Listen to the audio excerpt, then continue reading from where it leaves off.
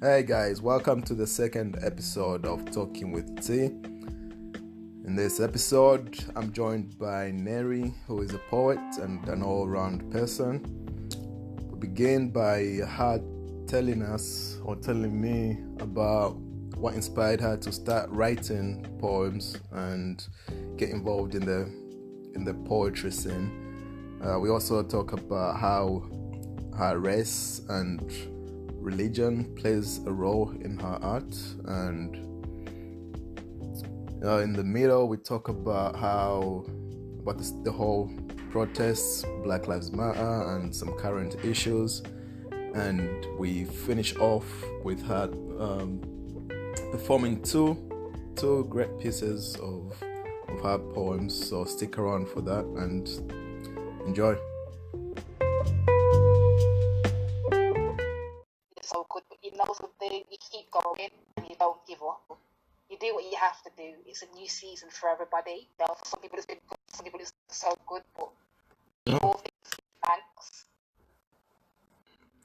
Especially during now, like during the times right now and the things that are happening around the world. Yes. Yeah, people really need to hear something like that as well, like just to stay strong and keep going, no matter what they're facing. So let's talk about you, because you are a very creative person.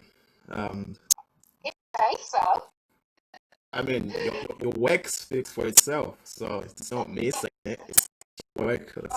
thank Yeah, you. I appreciate that. yeah, and you how do you describe yourself, as just a poet or just a creative in Okay. general? So I'm not a one-trick poet.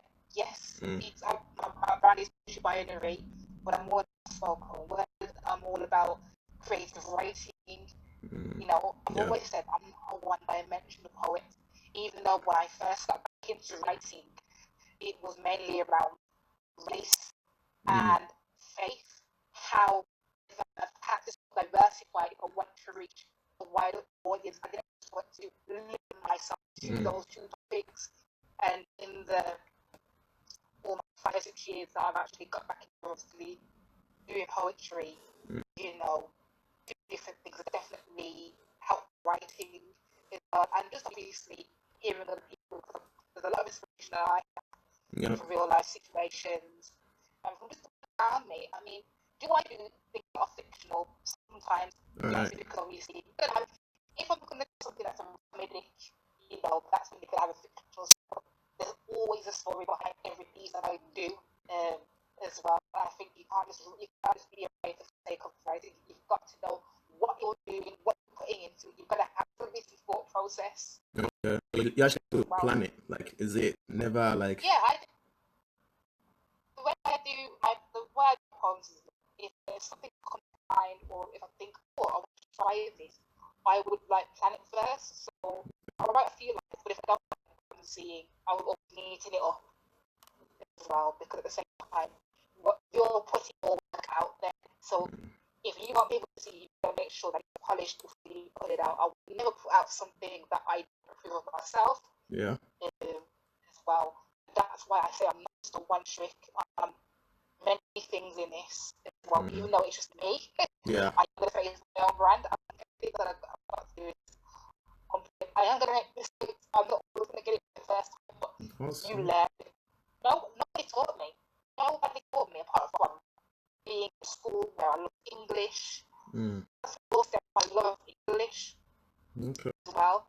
So nobody taught me how to write poetry or anything like that. I was sort of doing that myself, but obviously when I got to say my early 20s, which was my 1920, when I started to get back into writing, that's when it started to kick in. Oh, okay. Um, So, and sorry, obviously my poem, not to cut you off, no, but so when did you actually start like getting into poetry? Is this like before? right. Okay. So I started to get into poetry in around my childhood. Oh, Was my first introduction to poetry. As I said, I loved English from a young mm, age, like primary school, secondary school, getting into competitions, that sort of thing.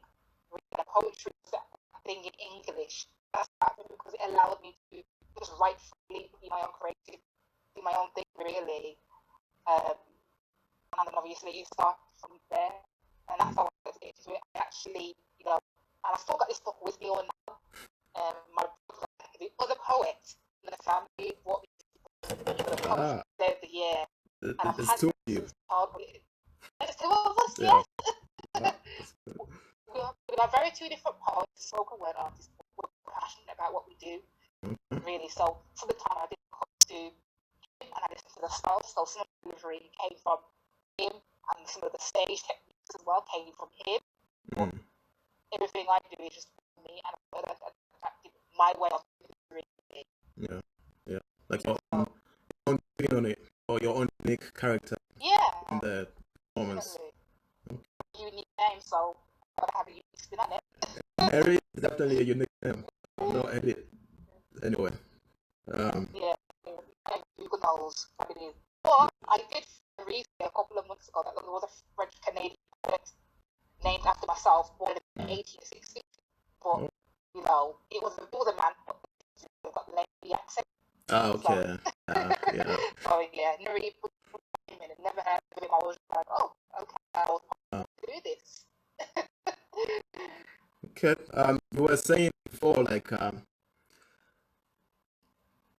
you only limited your poetry with race and being. Yeah, at first, when I started to get back into writing, because when I started to get back into writing, I wasn't in living at the time. I was in a small island that didn't have many black people my age, Jersey. I think it was around the time when it was the Mike Brown, Eric Lloyd situation. Obviously, there were more open conversations. I did feel some way about it because for a while I just felt like the gap where there was a lot of racial discrimination openly. And I just thought, I've got these thoughts in my head. I'm thinking this way. I just need to put it onto paper. So I start writing, just randomly start. Yeah. And then just started over there. Just started there really. And then I moved back there. Not long afterwards, I still was writing music and stuff like that. But then I thought, I don't want to sit on it. I'm going to share my poetry a bit more. And after a performance in church, I thought, you know what, that following weekend, or 2 weekends later after that church service, which by Neree, and been there for 5 years, over 5 years now. My Facebook page and expanded. Single-handedly. So very grateful for that. Yeah. You've been tapped by yourself. You still manage. Yeah, I still manage.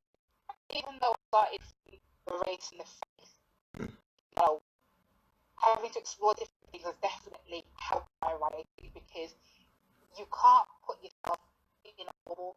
Yes, know your audience, put yourself in a bubble. Don't put yourself in a bubble. Weddings, I've had people ask me to do different things for church services, that sort of thing. Obviously, coaches stands, open mics. Yeah, and also the person that introduced me to you also said you're writing a poem for him as well. So yes, you do. That's in the works at the moment. Currently collaborated. I'm not going to give too much details on that. That's currently in the works at the moment. So just going through a draft of the stage, and then hopefully that should be out. I'm hoping the end of September, October, but obviously. Okay. So when you see it, you see it. I can't. That's actually interesting as well. So I'm gonna ask you as well, like how long does it take you to write a poem, start to finish? That depends on other stuff. Or... That's a very good question. It depends on what it is, and it depends on how long it is, because obviously different poems have different languages, have a different language to it. So obviously I'm expressing the mindset of a person. So usually some poems can take me a couple of days, obviously I go back and forth, especially for somebody, I want to make obviously it's good, right? It can take to probably 5 minutes to a week. So, Okay. it all depends as well. There's no rush to it, obviously. I can take a break, focus on any other stuff. As well, especially building my brand, and I can do that, but just this person needs something. As well, so I would really consistently people. I will always make sure I have a deadline. I say, look, hold on. So, Oh, okay. So you still give yourself that I still give myself a yeah. deadline. If you have a relation to me, especially creative writing, that deadline is obviously, that's everything. That's everything. Right. Yeah. So yeah. At the end of the day, application. yeah. At the end of the day, you need like results, right? Something for it. Yeah. Oh, definitely. Definitely. So yeah, 5 minutes is probably the shortest time. If the words just out straight, it could be less than that, because obviously, the shorter the poem, the time it can take. So. All right. What kind of poetry do you like? Do you prefer? I mean, I guess you like all type of poetry, but is it spoken word or is it short poems or? I don't have one particular topic. I'm very versatile, and I think every person speaks for itself, because obviously sometimes I can express the poetry in first person, or third person, or it can just be a passage as well. I'm just writing a passage. So for me, I can't say I can pick one as well, because I'm able to express myself through all forms. Okay. As well. Yeah, it's kind of like or maybe it's a bit of a stretch to compare it, but it's kind of like hip hop, and where it's like it comes in various forms. Like there's rapping or MCing, and then there's like beatboxing, and there's dancing. Like I like all forms, but I can't choose which one's better than the other. Oh, it's hard. It's not like singing, dancing, or music. Poetry is it's a complicated times. It's not like you just say, okay, I like this song, but I don't like that. Because everybody has their own preferences, and it's easy to distinguish. But yeah, what were you saying before? So poetry is more complex. Poetry is complicated because it's not like singing, dancing, where you can distinguish between the two. Poetry, it's all about the words, so you're hearing people speak. But if there's one thing I would say I dislike about poetry, is that sometimes some poems can be forgotten, because I've been to some competitions, I've heard some poetry, and I'm just like, I don't hear the depth of it. Give me something that I can remember it by. Like, what I want to enjoy you. So what is it? What's that thing that helps you remember it? Yeah. The thing that summarizes the meaning behind it as well, because you hear stuff, you just have no idea what it's about. So like it can be too abstract sometimes. Yeah, it can be too abstract. Okay. I say everything has to be mushy and silky and all of that sort of stuff, but give me something that I can just say, you know what, that was such a good piece. Just give me a line. But regardless, I'm still gonna clap for you. Yeah. I'm gonna clap for you, because it's a sign of respect. It's a sign of respect. Right. And I would want someone to do that to me. However good or bad my performance is, because I've had some of those nights. Some of those. You look at some skills, and I can tell you the worst performances I've had. Please. Last year. So yeah, I would want people to clap for me as I've done a bad performance. I would do for somebody, because that's who I am. I respect everybody's art. It's not easy getting up on stage. Yeah, I can imagine like It must be pretty nerve-wracking, that's for sure. I think the build Mm. up towards it, prepare for it, and you're like, okay, yeah, I got this. But it's when it's that build up, that's when Mm. you're white, when it sits and say, oh my goodness, I'm doing this, I'm gonna call my name. Mm. No turning back. Yeah. No turning back. No. So is Whatsoever. that how you prepare yourself? You tell yourself like there's no turning back, so you might as well. No turning back. Yeah, I may as well, like, I'm here Yeah. now. I may as well do it because, you know, if it's just me one, and that stage Mm. is me, my phone, my book, and I've got the stage. Right. So, you know, when you and obviously the audience as well, just never know. So you've got to put yourself in the mind, no matter how many times you prepare or anything like that. It is Mm. you are gonna get nervous Oh. because at the same time you just don't know who's gonna be there. You Yeah. just don't. Like I hear a lot of people who like performance artists, and they're always saying like no matter how many times they get on stage, and this is like coaches or public speakers, like Yeah, they always have that nervous feeling. It's yeah, more about accepting it and just doing it anyway. definitely. And another thing is, it depends on the piece that you do. Yeah. Because the last times I've had a piece, I'm just gonna be like, I'm looking at this audience, I might have to scrap it, but they're like, no, I'm gonna do it. No, I'm gonna do that.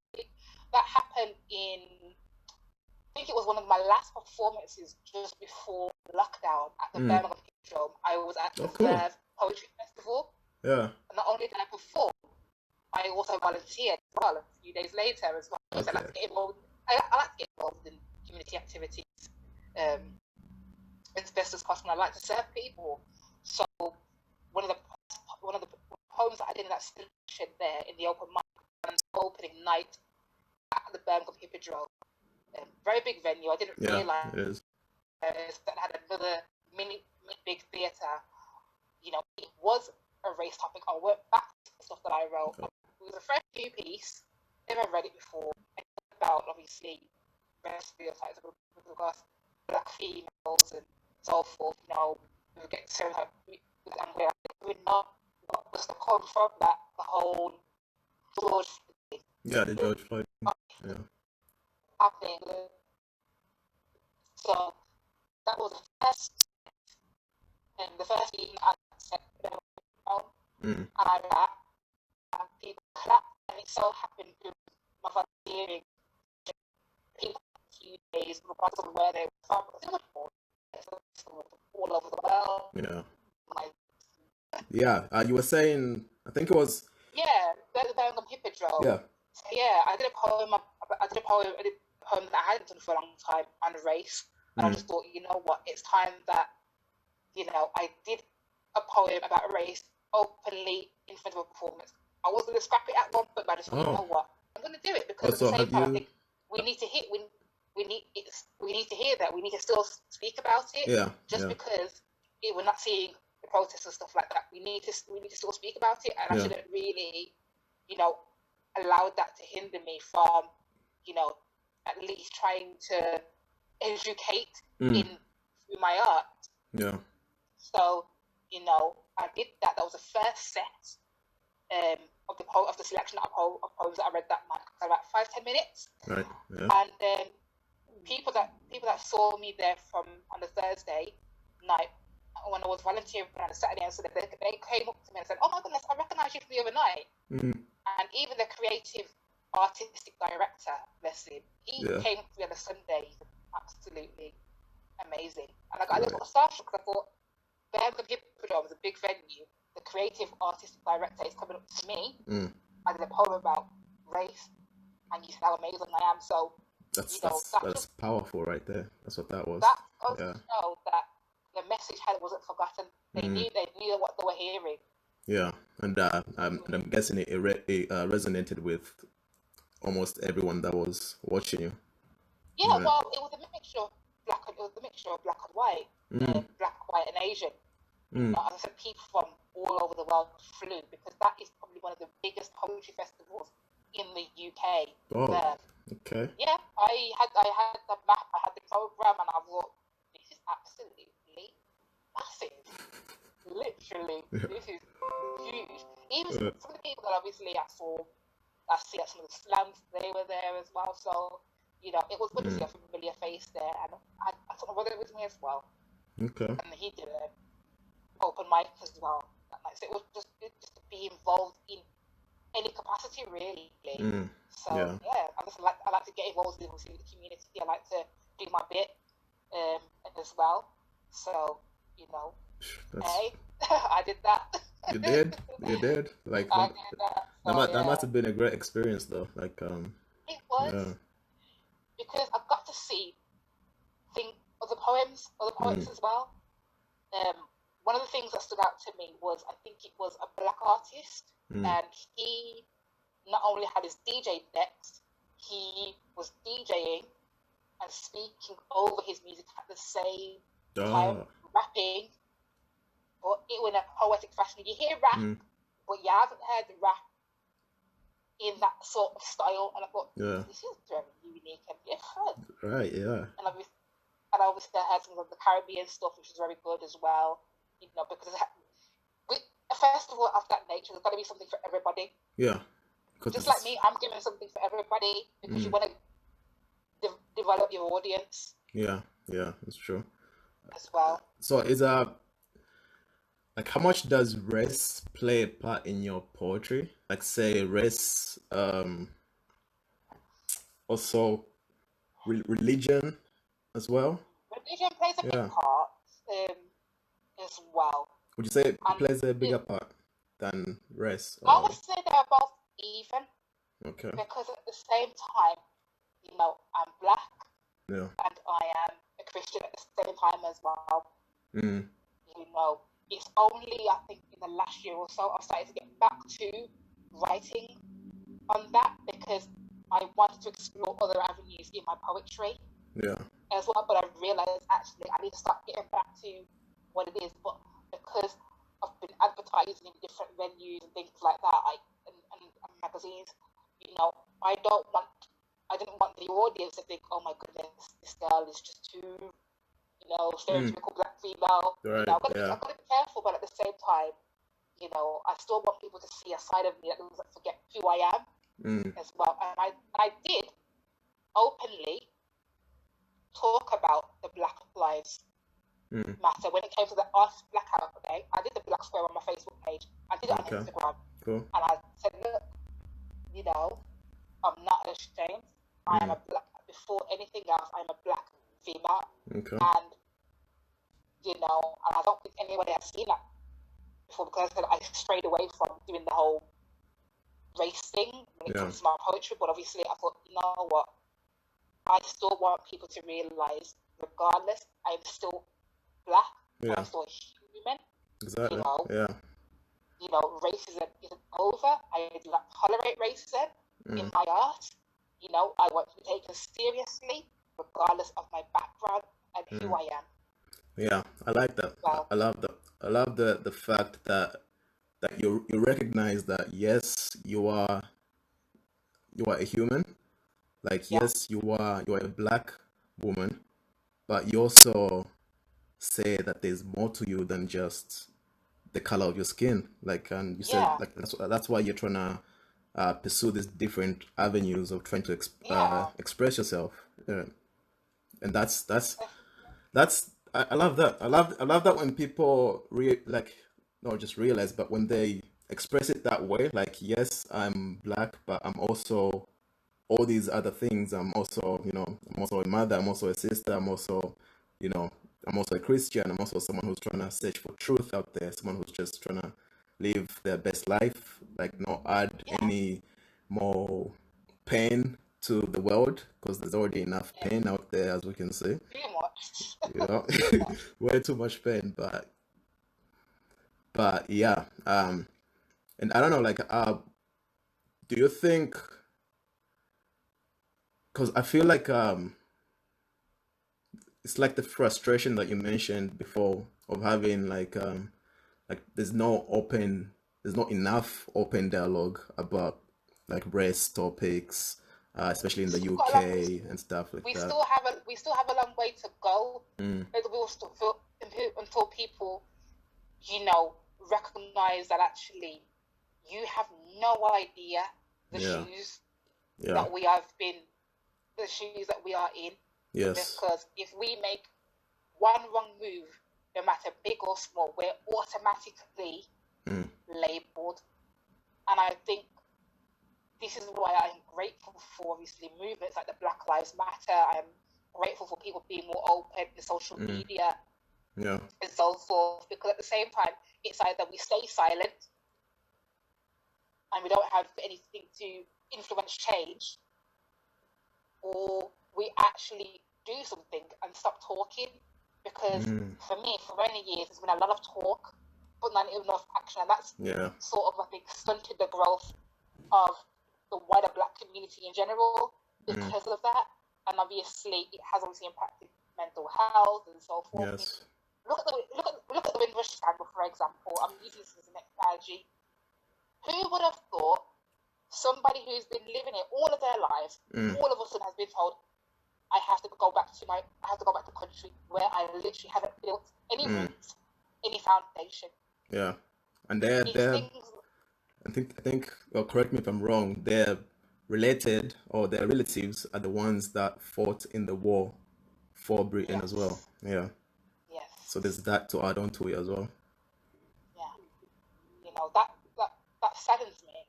It saddens me, the fact that people are obviously dying as a result of the stress of that as well. That's when you're talking about the Windrush generation, you're talking about a generation that practically built Britain to what it is now. Well, that's the thing. Like, pioneers of the black culture. Behind the scenes, they were working, and you're taking that right away from them. Yeah, because the thing is, like, of course, the black people in the US have had a different history to blacks in the UK. So for some reason, when people talk about racism, they only focus on the US because I guess it's more blatant there, like you can see it more clearly or something. And then here it's more, it's everywhere. Yeah, like it's everywhere. It is like, and I feel like people, I don't know, like people struggle to talk about it with others. Like, say, talking to white people about race. I feel like some black people don't want to talk to white people about race because they feel like white people can't understand. They can't understand their plight. They can't understand their experience. So how do you? And that is true. Yeah. And how would you go about doing that then? Like, how do we have a more open conversation about race?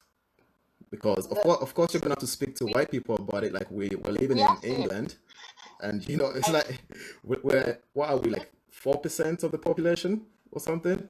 Yeah. So there's gonna have to be some open conversations about it.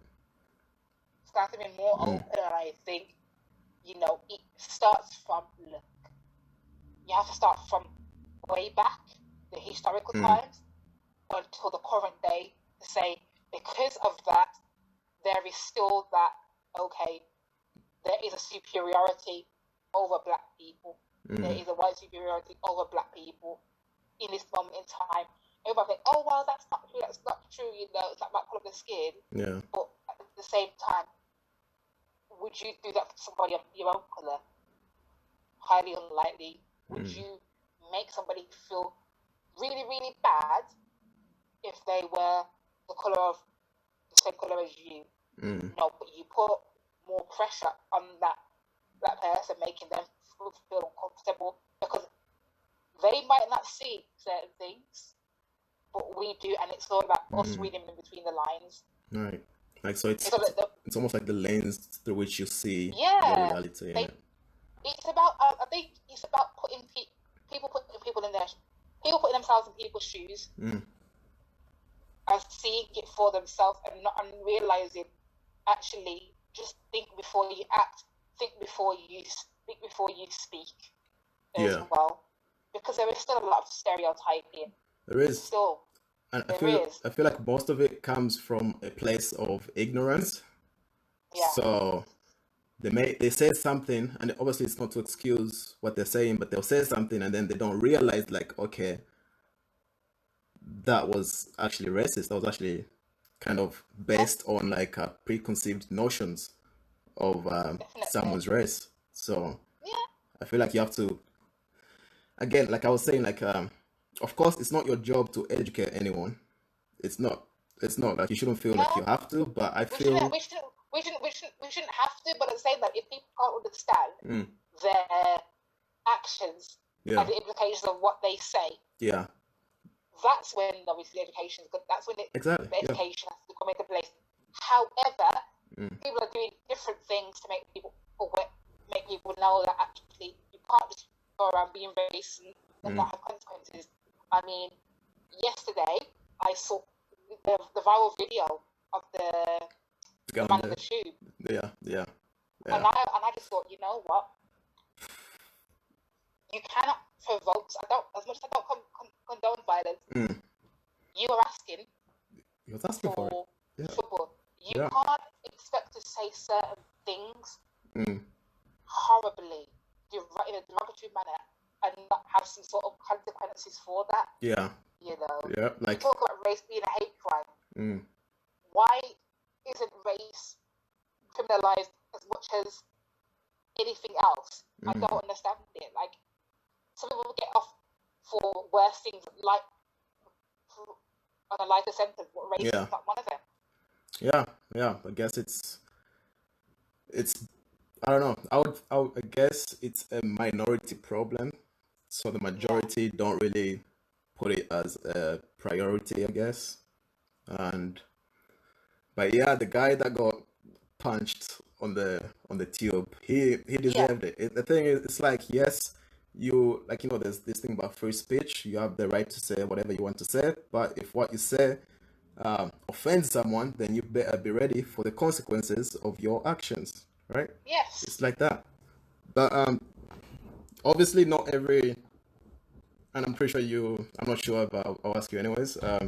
Not every white person is like that, and No, of course not. There right, are some yeah, people that genuinely understand and they get it.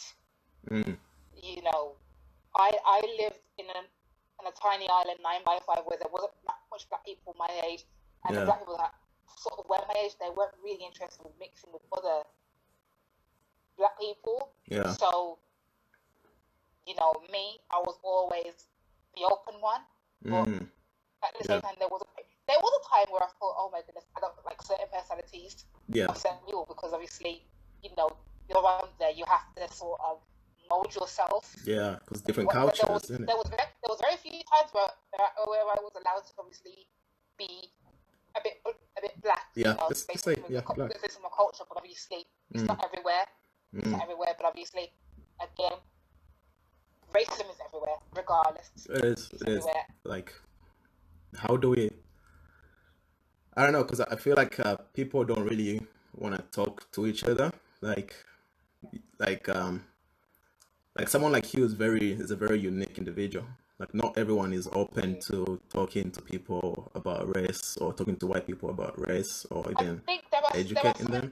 some environments where obviously it can be a bit tolerant because when it Mm, came to the Meghan Markle thing, and no matter how many times I tried to at least say something, it was like, oh no, it wasn't because of that. I'm just thinking, I just wish you would get it. Like, mm, they have no idea. At the same time, it's not because she didn't want to follow the Queen. It's yeah. because of one of her sin. Because if it was Kate, she wouldn't get the bait. Mm, mm. So Yeah. It just, yeah, I mean, it just goes to show what the British public and their views are of anyone in a higher like position with who they're not used to seeing, for example, black or they don't dark. get it. Yeah. But yeah, so like yeah, of course, racism is everywhere in the even in the UK. And what do you think? I think I don't know if it's still happening. Like, of course, the protests are still happening, and Yeah. because the media isn't covering it, but it's still happening. Still happening. It's Yeah. still happening regardless. But yeah, so I don't know. Like I was watching a video on YouTube the other day, and they were talking about defunding the police, for example. But they were also talking about doing that here in the UK. Yeah. Yeah. I don't know. Like, what do you think about that? Because Right. Okay. because here it's not The like thing is, we don't. Sorry, go on. if we fund the police, Mm. then you're taking away a little bit of protection because other crimes still happen at the same time as well. So there's two sides to this. So if we defund the police, we're taking away obviously the other crimes that they have to do, but at the same time, I would invest more in training and discrimination. Let's turn it around in terms of training, building the awareness. Yeah. And not just police, teachers. Yeah. Teachers, because obviously, it's institutional to those environments that holds Black people back. Even though not all Black people obviously will help, it makes Black people feel inferior in those sorts of environments as well. So I wouldn't go for a total defund. We need to turn it around, invest in training, get more people from the black criminal community. When I say Black criminal community, those in law. Those in educate, train, advise, work closely with them. That's probably the best way I can put it. Yeah, that makes a lot of sense. Like instead of defunding taking resources, it should be more about making them more I don't want to say more effective, just more just like you said, like more training, and then again more awareness in schools, and then even outside of schools. I feel like it's not just it's also like a lot of kids don't have any Black male role models to look up to. Like especially here, it's either they look up to musicians or footballers, and it's never like intellectuals or just people who are trying to do good. I'm pretty sure there's people out there. Like I look up to Kala. He's a very knowledgeable man, and he's very smart about the way he talks about things, and he's very articulate in the way.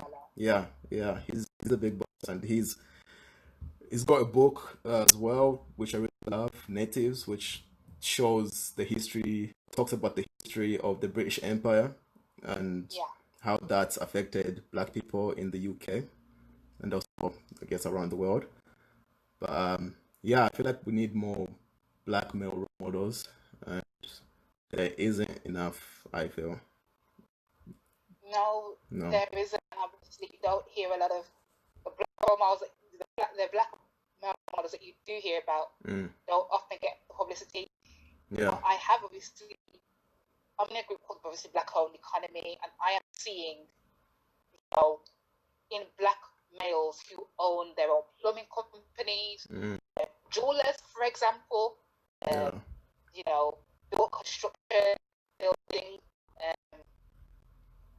media creative companies, scratch, all of those sorts of things. I'm seeing that, and it's good because it just goes to show they're not in a bubble at the same time. So there's something for everybody, and I'm just, oh my goodness, wow, And that's good. That's good. Like there's people out there, and I wish we could expose more of those people on the internet as well, because I feel like that's where all the kids. I mean, I say kids, but I mean anyone at the age of, I guess, 20 or 22. But I do wish there was more for Black businesses to offer, more Black businesses who are in those sorts of fields offer apprenticeships to people as well. Obviously, I think it would be good so that you got someone there. Not saying that obviously they shouldn't explore the options, but it would be good to see that actually there's the support there to say that, look, So, we're in a season where we need to just be mentoring more. And there are places that we mentoring as well, but it'll be good to see investment into those black companies offer apprenticeships, skills developing as well, because obviously it's good hiring somebody, but at the same time, I think with an apprentice they can obviously study and can learn. Yeah. At the same time, they can work and they can learn at the same time as well. Yeah. And like you're coaching, you're giving them a foot in the door at the end of the day. Yes. So definitely more investment in these to offer more interest. So that you go to some of them and I'm like, oh no, I just don't have that capacity right now. But if there was grants and investments where they could have that. Yeah. Because even myself, I was actually looking for somebody to help me out, just obviously with basic administration, email, obviously I'm around this too. And it was so happened that obviously and I put it on my Facebook page. It was a college kid that I really saw the advertisement, but the thing is, I said some of the things that I have in place, because he was hoping to do a placement, and I said, no, I can't give you a placement because I would have to have that certain structure in place. Yeah. I can use it to obviously help give you some obviously tasks to do obviously administration. So you're sending out emails, you're writing, you're communicating, you're on the phone. All those skills I can provide to you. Why? I learned them myself, and I've developed my own techniques, but I want to pass them down to you because at the same time, I want to obviously give you something just to get your skills up. Because I know that was because I've been offered like skills like that before, so I just thought I want to give back and do something. But what they were looking for at the time, I just said I can't because I've got to protect myself on this as well, and I don't want to put myself in any reputation. But I said, look, the door is open if you still want to have that skill, because it was just voluntary. Yeah, at least you are providing the option for them. Yes, yeah. Smart kid, and I've happily taken him on. But at the same time, if it is gonna be, if the structure just isn't there from my end, say structure, having to do the forms and everything that I don't have, I wouldn't be able to do that. Yeah. Like I said, my door is always open. Exactly. Yeah. So if you still want to help out, if you still want to do some basic emailing, because it's good to give back skills. It's your free time. So I think I randomly just did something for a hairdresser when I lived in the Channel Islands, and I just did my free time, and just did a little bit of poster designing and whatnot. So it wasn't like paid or anything. It was like hey, I love that. Plus I love that. And plus she was actually my neighbor as well. So there you go. Like so that's good. It's about just showing what you can give as well. Even if you don't have the money, you're just giving that skill. You're giving them the skills. Yeah. Because again, that's another way of adding value and not taking away. Yeah. You know what I mean? Yeah, and that's something that should be celebrated, and that's really, really powerful. Yeah. There is still a generation that doesn't know how to type a basic email. There is still a generation that doesn't know how to articulate themselves in front of, say somebody that want to, who they want to obviously get go to for jobs. Yeah. So for me, it was just giving the basic skills really. Typing, speaking on the phone, communication. I'm big on communication, and if it isn't right, I'm not interested. Okay, so I want to ask you this question as well, because we're coming to the end. And of course, you are a poet, so we can't leave this podcast without hearing some poetry. But before you, I've got before you do that though, I want to ask you how would you advise someone who wants to, so they live in the UK and they want to help out or get more involved in the Black community, but they don't know how to? What would be like definitely searching conversations. Okay, cool. Yeah. As well. Do Yeah. your calls because not everybody legitimate. Yeah. As well. Follow up with people. Mm. Some places might even ask you for a CV. You know, it all depends on the company, it all depends on the business. Keep your options open. Don't keep yourself just to one. Keep your options open. To approachable. Be trustworthy as well. You know, because obviously one thing that will stunt us is trust. We don't trust each other. You don't fit into that bubble. You don't fit in that bubble as well. You know, and also make sure what you're doing is the right reasons. Just don't do it because you just want to do it. Yeah. There's got to be something behind it as well. Yeah. Because, you know, so I think, oh, it's an extra chance to get paid. But money shouldn't even be the first thing. It should be your motivation. I've always to people, it's not money for me. I love it. Yeah. You're passionate about something, go for it. And you know what? Another thing is, if you're going to develop the skills to add to your CV as well, that's the reason. Yeah. So think about it in a multi-dimensional way as well. Yeah. Because as I said, obviously, I like to get involved with something, not necessarily be involved with like a community project at the same time, you know, just being that as well. Yeah. Okay. So developing yourself within the team. Okay. Cool. Because I think that's what some of the team lack, because we want to get on with a certain type of people, but we've got to be able to get on with everybody. Yeah. Not like that. Yeah, that's true. I like that. I like that. So also, what I got from that is like yourself as a person, like good enough as well to work with other people. Yeah. You're gonna learn, and you're gonna actually go on, because obviously nothing comes instantly. But at the same time, make sure obviously you sort of put the outside as well, because especially like it comes to interviews, things like that. People are going to ask you what sort of person are you, and you know, say about you. Yeah. What skills do you have to offer? That sort of thing. You need to be able to sell yourself, basically. Yeah, you're gonna be able to sell yourself as well. But at the same time, people want to know you, what you've done as well. Yeah, beautiful. And I think that's what I've had to do. I've had to say who I am, about, just get straight to the point. Yeah. Really, especially in some of the things that I've done in terms of my promotion, in person and over the phone, really. So, any email. Email as well, of course.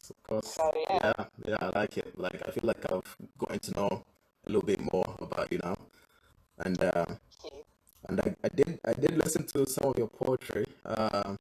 You have on Anchor, the Let's Make Up. Yes. Yeah. Well, what inspired that? Before you read the ones that you prepared. Okay. So what inspired it is recently I've just had a bit of I'm not gonna say a make overhaul. I wanted to, change, a few things. I want to stuff with all of the new stuff that I'm getting in front of. As well as a female that you do, but I didn't want to, then just do a whole makeup thing without flipping the script as well. So for me, I also want to keep it fun, keep it light-hearted, but just remember that actually it's a fiction, and there are different reasons why a lot of people wear it. Sometimes it's not sort of easy, or sort of obviously people are influenced by what they see. We see social media, we see magazines, and everything that people make out to see as it is on the front as well. So fun with it. It's just to ladies and gentlemen. Fun with it, but remember that it's just a temporary fixture. It's not permanent. You can find who you are as a person. Yeah. I think that's why, for me, Mm. What's behind the mask? And then, you know, lipstick lady, you know, she's had to, you know, because she's been so much, she's had to get so much grips. You know what? She's still worth it. Yes, she might have, but behind that, you don't understand why she's got to where she is. Mm. You know, she's a work in progress. Regardless of what you say, she's gotten the grips. She's had to live with what she's just deal with what she's dealt with. Had to go through stuff, but she still can walk the wall as well. Yes, I like that. I like that. I like how it almost. I don't know if you meant it this way, but it almost sounds spiritual as well. It's like nothing is permanent, but enjoy yourself, right? Nothing's permanent, but enjoy yourself. Yeah, definitely. I like And that. obviously, if you don't, it doesn't mean you're real. It doesn't mean you can't be, you know, valued because we are still useful. I don't look like how I look like every single day. I can tell you that from now. Because my face needs to be. I have to, my face, you know, you know, wear this so much, you know, I start to get spots and things like that. And I don't really want to have too many blemishes and all of that sort of stuff. I've got to make sure that I, you know, take care of that. I've got one, I'm able to take good care of it. You know, don't abuse it. It doesn't mean that actually you lack realness. You are still at the end of the day, and you're still beautiful because beauty is on the inside as well. Yes. Have fun. Remember, beauty is on the inside of it. Powerful. And Hey. I find to flip the script. Yes. Now this is my favorite part. I'm looking forward to this. I wanna hear this. You've been waiting all day for this. I've been waiting for this. You've been waiting for this. Open your ears, open your hearts. Okay, so right, I am gonna read one long one, and I'm gonna read one short one. Oh, so first I'm gonna read is phenomenal as well. And to sort of describe what I like to do, whether it's poetry or any other interests as well. So here it goes. And the acronym is in the name, so you get the acronym. You get the word in the acronym. Good. So here it goes. Passion for what you do, have the mindset to push through, even when you feel like giving up. Never underestimate who you are from above. Open your eyes to their life. You have what it takes. Each moment with a handshake. Especially if you work hard to achieve, notice God makes no mistake, as in Him you should believe. Anything is possible. Remember, you are phenomenal. Listen, learn, have faith, and see the great rewards in return. Okay. That's powerful. That's powerful. Two carry for you? Two. Oh, I'm still processing right now. It sounds like it's about faith, isn't it? It's about faith, also just being passionate about what you do, realizing, you know, even when you feel like you feel, remember who's looking out for. So it's a mixture of the two. Okay. The word in this is phenomenal. Yeah. Phenomenal. Phenomenal. You are phenomenal. Right. And my second piece is it's all about the mental health. You know, how you people don't realize actually it's okay not to be okay. Yeah. So here goes. It's okay not to be okay, but I push you in every way. We all express ourselves differently. Some may see your challenge as a weakness. I see it as a test towards betterness, a testimony for greatness.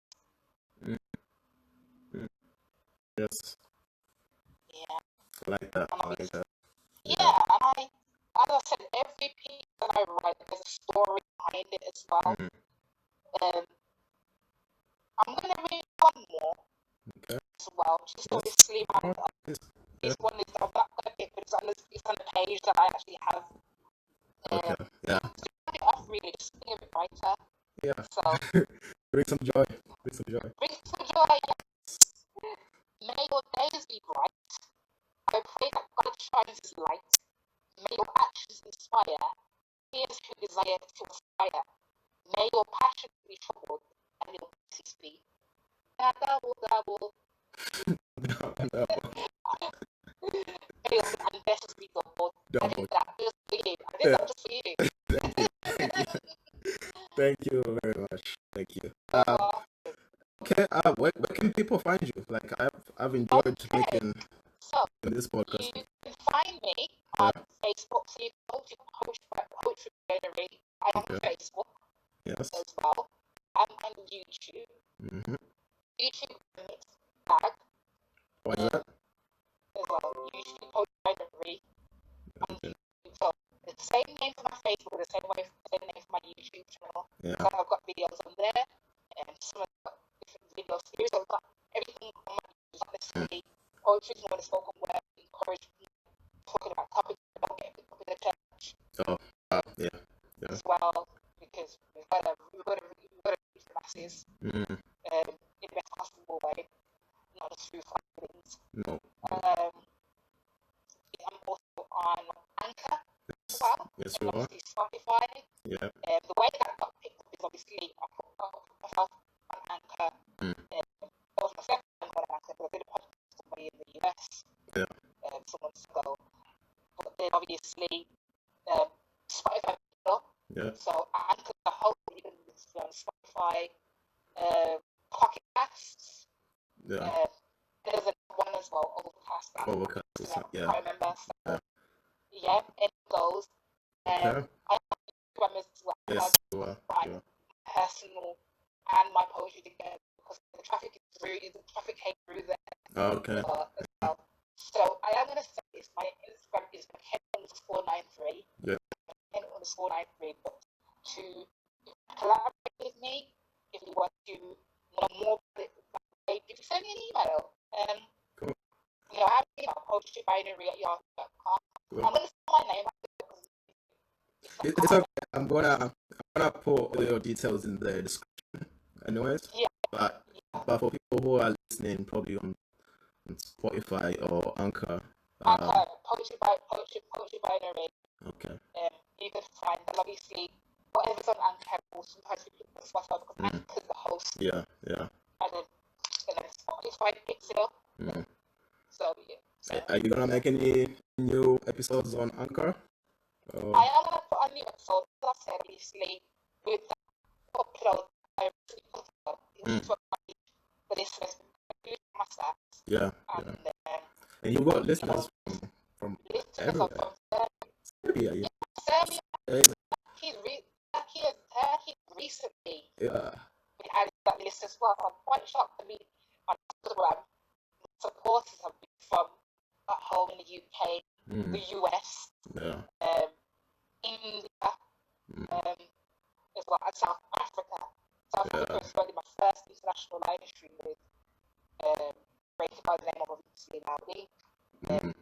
Gospel from South Africa, so that's my first international video live race. So it's poetry. So I think more the visual side, but audio getting picked up even in Ireland. This too.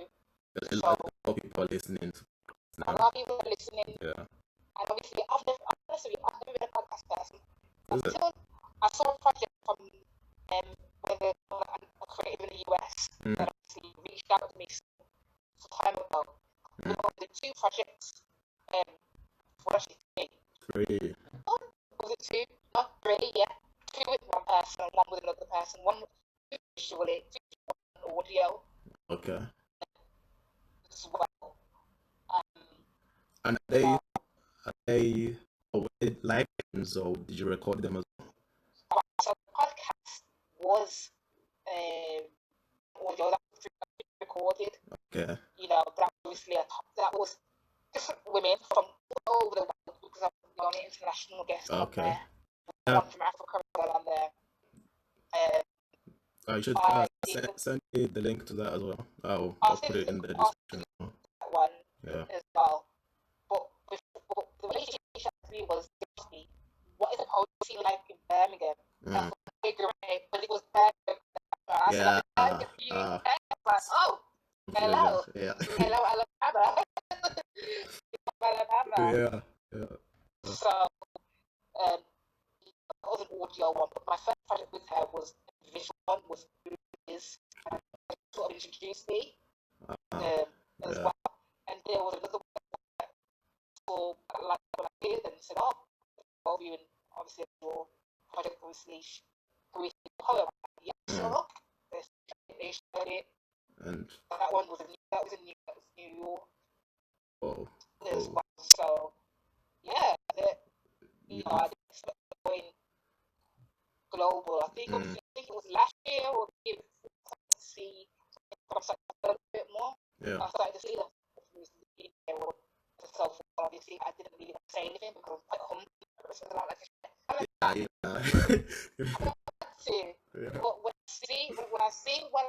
I saw my anchor, I thought, wow, okay. But I just wanted to take the audience who are listening, because literally everybody's going to hear and everybody's going to see. Yeah, that's true. Certain things as well. But yeah, I feel I could talk to you. I really could. You're energy. Yeah, I love that. Yeah, thank you for coming. Like, I enjoyed talking to you. Thank you. I hope. You know, I just want to say shout out to Nathan Graceful. Yes, amazing. Shout out to him. Yeah. Very amazing. You know, passionate. Yes. You know, when you saw my passion, I thought, oh my God, thank you. I can't thank you enough, Nathan. When listening to this, I just thank you. Yeah. Is he listening? Oh, he's going to. Yeah. To say thank you. I appreciate you and I value you so much. So thank you, and thank you for seeing, you know, my creativity and introducing me to another amazing creative. I don't know, maybe one last question. Like, what brings joy in your life?